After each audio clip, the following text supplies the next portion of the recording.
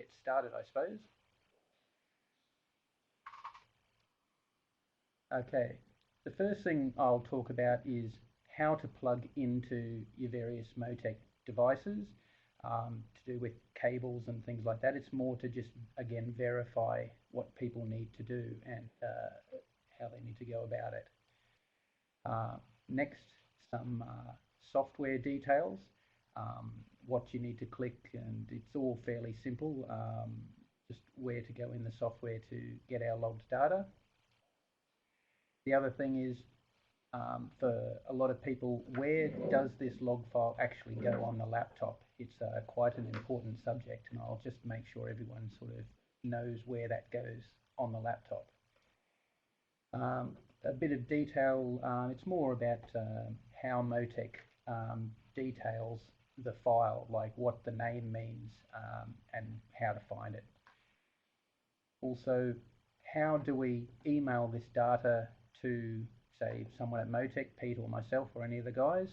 And just for a bit of clarification, in case you wanted to know, how to receive the email data and where to put it. It's all fairly simple. Hopefully we're only looking at about half an hour, 40 minutes or something like that, depending on questions. So let's move on.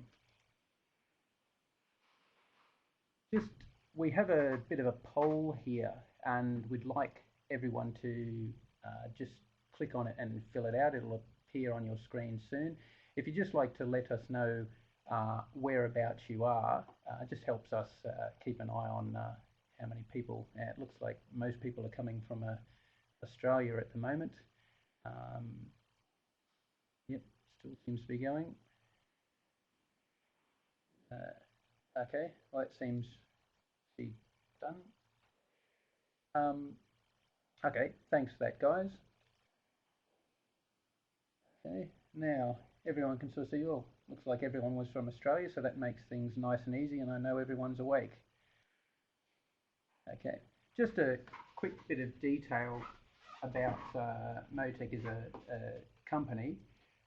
It started in 1987. The whole company is Australian owned. All the devices are put together in Australia.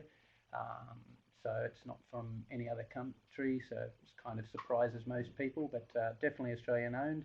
That photo there is of our Melbourne head office, where all this stuff comes from and where all of us work. We've got pretty much, as people would assume, is a motorsport focus, although again, it surprises a lot of people about how many industrial projects we do and how many development projects we do outside of the motorsport field. We like to be pretty versatile. Around the world, we've got about 200 dealers.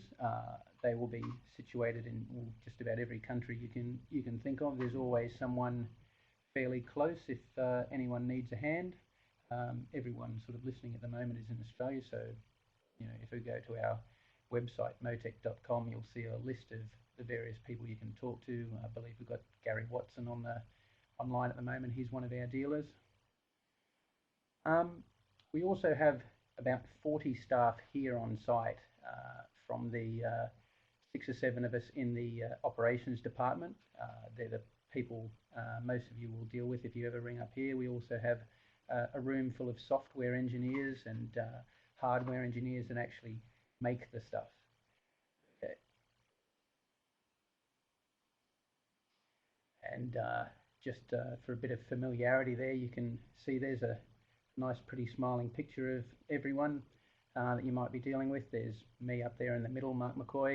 I've got Pete Swinney sitting beside me giving me a hand, and also Dwayne Mitchell down there. He's also around somewhere giving us a hand. So if you've got any questions, there's a bit of familiarity for the people who are actually going to be answering them online. Just to get into the subject now, what we first need to do is, if we're going to download some log data, we obviously need to plug into the device. Now I'll start with ECUs.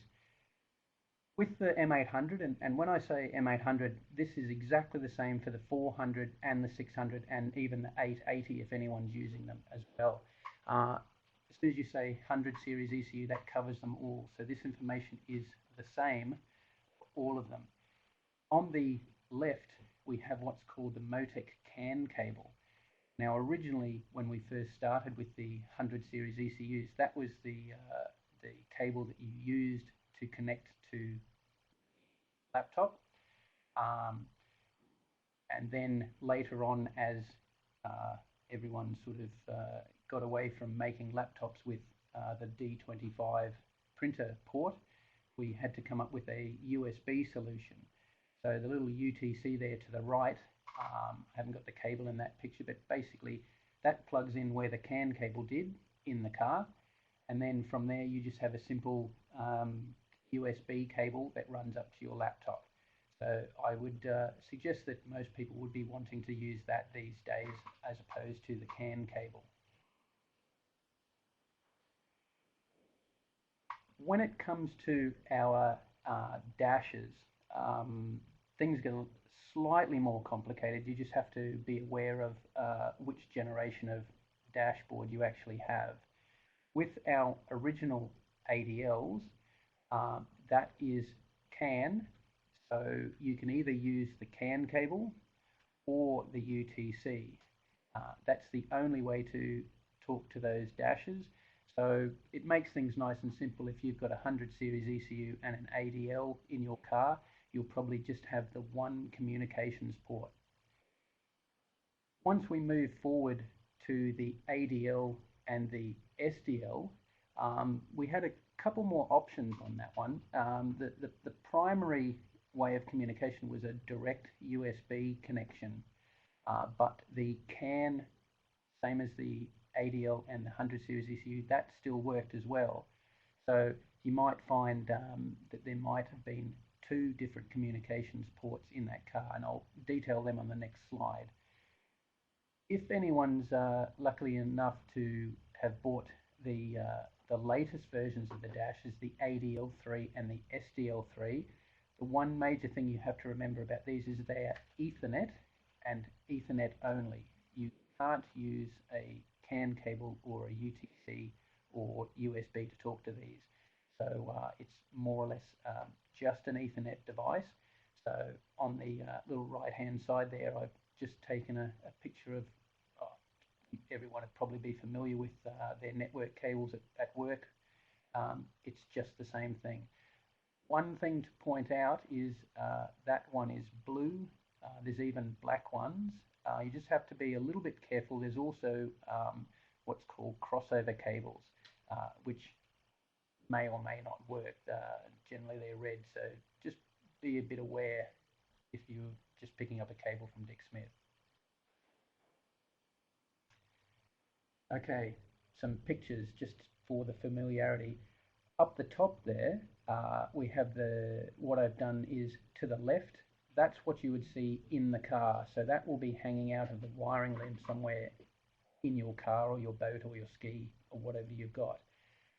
On the right hand side, that's just some detailed pictures of the cable end from the laptop.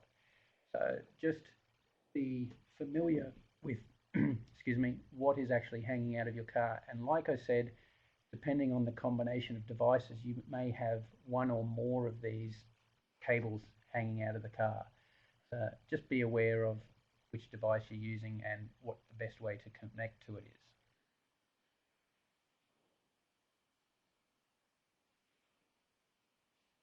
Righto, just some detail here. Obviously connect the cable, and I've just got a couple of pretty pictures of myself plugging in at both ends in my car. Now, the one thing just to be very sure of is we can power the device up or turn the car on before or after plugging in. It doesn't really matter. There's no set sort of process to do this. Also, you can plug in with the software open or not open. So you can have the software open and plug in, or you can plug in and then have the software opened after that. It doesn't really matter. There's no tricks or rocket science to this. Okay, but again, just make sure, just to clarify, get a few questions, the communications won't wake the device up or anything like that. You need to turn the car on and be sure that your ECU or your dash is actually powered for it to communicate. Okay, the laptop can't turn it on.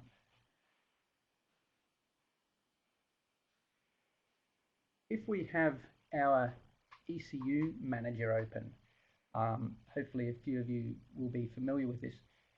When we bring up the screen and plug in to the ECU and have the ECU powered, we get some detail on the main screen of the ECU manager, and that is up to the the more top right hand sort of side there. I've shown that the serial number and also the enables for that ECU will appear on the screen. Another indication is down in the bottom left hand corner in green there, that the software, the actual laptop, is telling you that the M800 is connected, and also it shows you the version of software. So we know straight away this ECU is connected to the laptop, so we can proceed with downloading the logged data. Downloading the data is a simple matter of going along the options along the top of the screen, just like any other Windows program, and we want to go to Utilities, and the option quite obviously is Get Logged Data. You will notice to the right of the Get Logged Data option we have Control F8 as well. So if you're used to just using keyboard hotkeys, you can just Control F8 and that will do the same job. As soon as you've done that, we should get down to the bottom of the screen there. We get the Get Logged Data Progress screen. So what will happen is those little bars at the bottom will simply start, going across from left to right. So it shows us that we are actually downloading the data out of that ECU.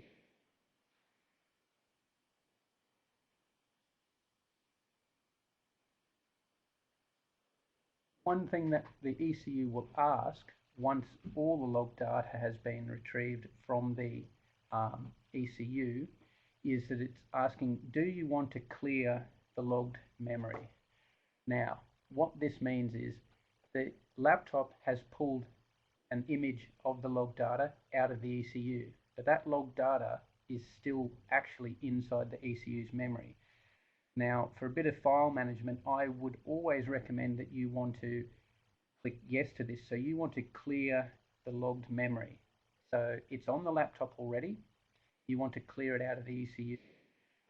The basic example of this is you're doing a few sessions on your ski or in your race car.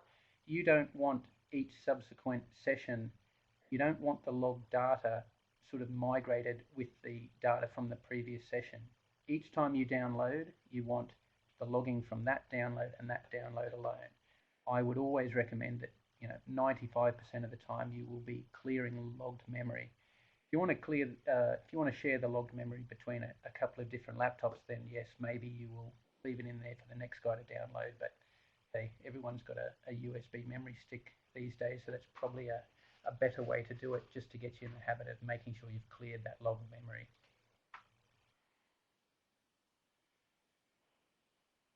Once you clear the logged memory, and each of these screens is automatic, so once you've said yes to clearing the logged memory, you will automatically get this event and vehicle details screen. Most of the time, we will just be wanting to type in a short comment. I've got that circled there in red. What have we just done? It's, Friday practice session 1, or, whichever sort of session we've been through. So just type in a quick, simple, logical message down the bottom there so that you know what the log file is. Another thing that you're probably going to have to get used to, if I flick to the next slide, is there is a more details sort of radio button down at the bottom.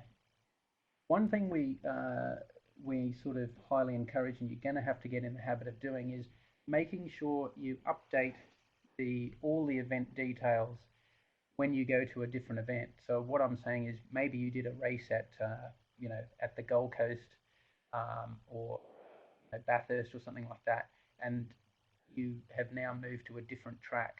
You need to make sure that you keep up to date with, okay, what is this log file related to? The event, okay, we did a race at the Gold Coast. The venue, maybe you've got like a track detail in there, and also the vehicle. So anyone who's used to plugging into multiple different cars, they need to keep an eye on what the detail is. And you can see down in the bottom right hand corner there, we can add in all kinds of details for the car. Same for the venue, and also same for the session.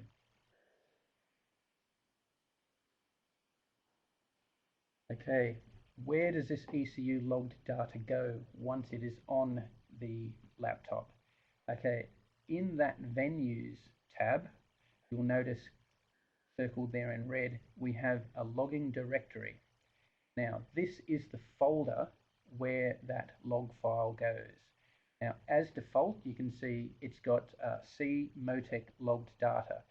That folder is automatically generated as soon as you install MoTec software, so you don't have to create that. Obviously, if I click to the next slide, you can also use the browse function and go in, just like, again, any type of Windows program, we can add in extra folders. Pete and myself, if you looked at our laptops, we would have a huge list based on customer, track, year, all of those kind of things. So it's probably a good idea to get in the habit of maybe dividing these logged data folders up into maybe venues or years, just so you can keep a bit of a track of exactly where you are. Once you get like a ton of log files, yeah, having them in specific folders makes a lot of sense.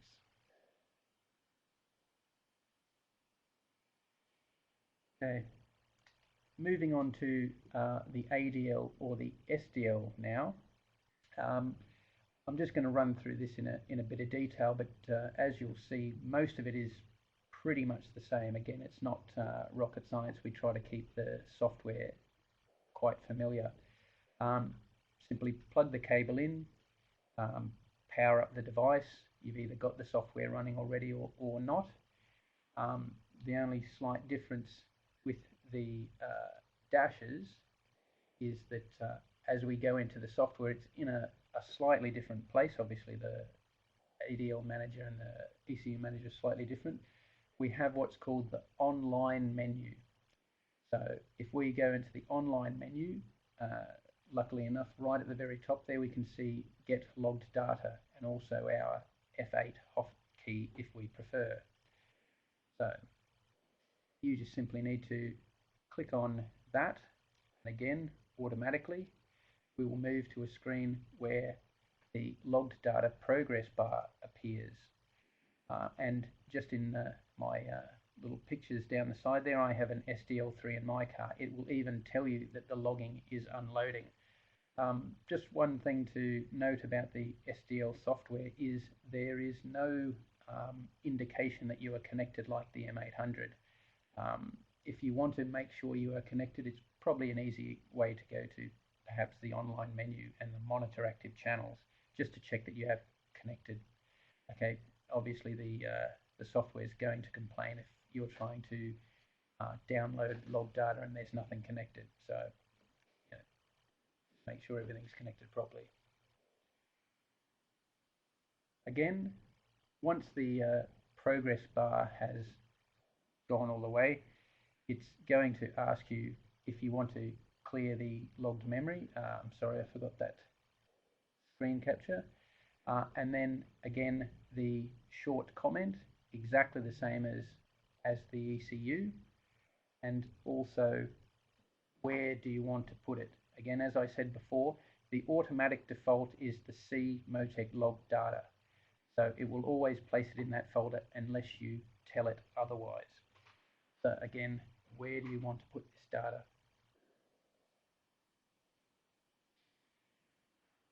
If you want to have a look through and just check to make sure that your log data is where it should be, we can either go to the Windows Explorer or My Computer, and simply run through my list of folders until I get to my C MoTec log data folder. As you can see there, it's probably a bit blurry on your screen. In the background there, you can see that I've got a huge list of log data files on my laptop.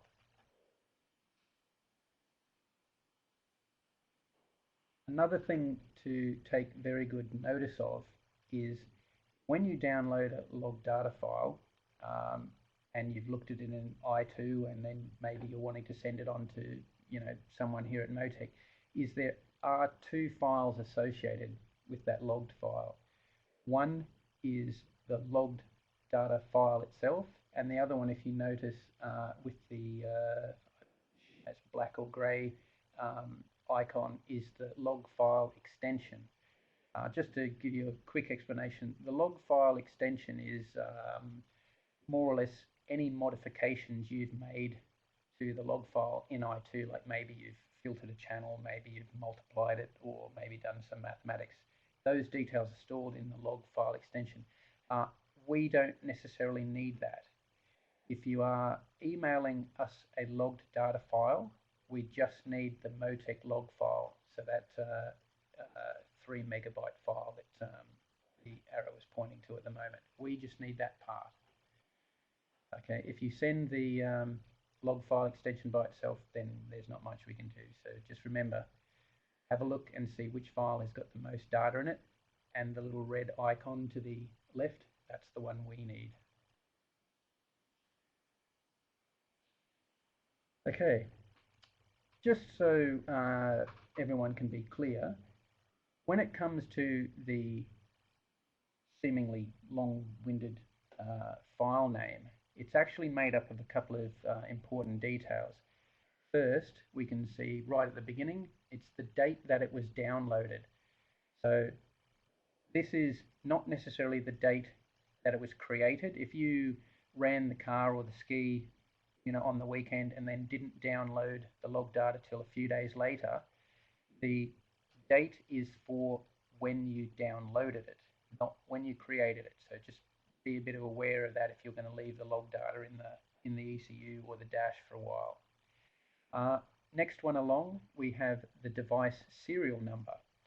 So all your MoTec devices have a sticker on them somewhere which has a serial number, and this is also hard-coded into the software on the ECU.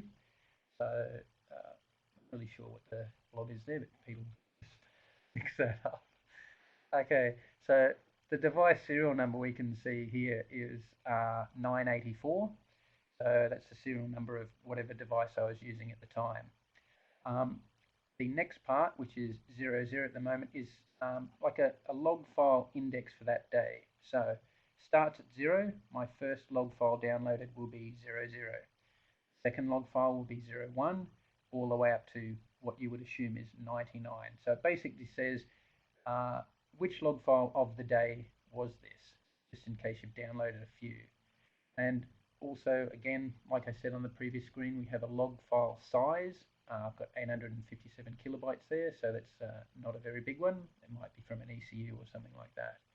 And also, and this is more for when you're trying to pick out which log file, just a bit of backup, we've also got the time of the download. So when did we plug in and pull this out of the ECU? So 7:36 p.m.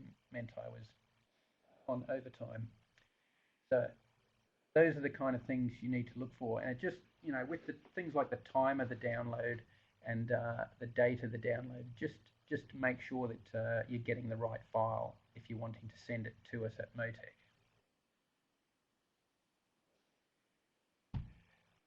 Attaching files to emails. Now, I've used Outlook Express here. That's what we use, but Hotmail and Yahoo and all those kind of email service will have exactly the same thing. And this is, again, not rocket science. This is nice and simple. I just simply click attach file, and automatically my Windows comes up with my Windows Explorer, my computer browser type window, and I simply go through, okay, where did I put it? I put it in C MoTec log data. I simply go through the list, find my log file based on the date, time, serial number, all those kind of things, and double click that, and that will automatically plug that into the email, and then I can send it off to myself or Pete or going to. Nice and simple. Receiving logged files. Okay, again, similar kind of process. Um, again, this is like any other Windows program. I've got an email here that came into my Outlook from one of our installers. It has an attachment, which is a log file. Luckily, he sent me the right one. See, we have the little red M. The file is 292 kilobytes long. So, yep, I know that's a log file. I can see that it's come from his ECU, etc., and it's the fourth one of the day. If I simply right-click on that, I get my little options menu from Windows, Save As.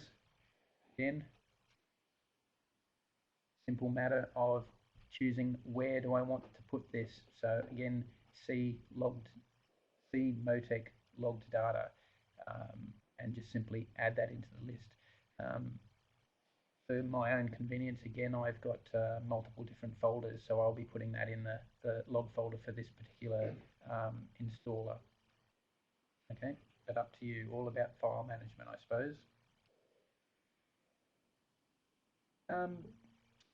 That's about the end of it. Hopefully my explanation was enough for everyone. It's a fairly simple subject, but hopefully that's clarified a few things for people. Just one other thing, and this is more for our benefit, is if people could just, yep, everyone seems to be starting to answer the poll. If you could just put what device you have in, that would be fantastic. If I just get Pete to shift that poll down a little bit, just a couple of details we want everyone to sort of consider. On our website, motec.com.au, we will be placing recordings of all these webinars and some details of upcoming webinars in the webinar section. Also, I would encourage everyone to join the MoTec forum as well. This is like other forums on the internet, where it's a bunch of people. It's actually quite good. Where if you can't get hold of one of us, it's the middle of the night. Type your answer into the forum. There's some people that seem to do nothing but stay on the forum, so they're actually quite helpful. The information there is basically vetted by us, so we have no problems. So yeah, thanks everyone for attending. Don't forget to check out those bits on the website. The webinars is something we will be planning on doing a ton of over the future, basically. Anyone who's got any suggestions on what they'd like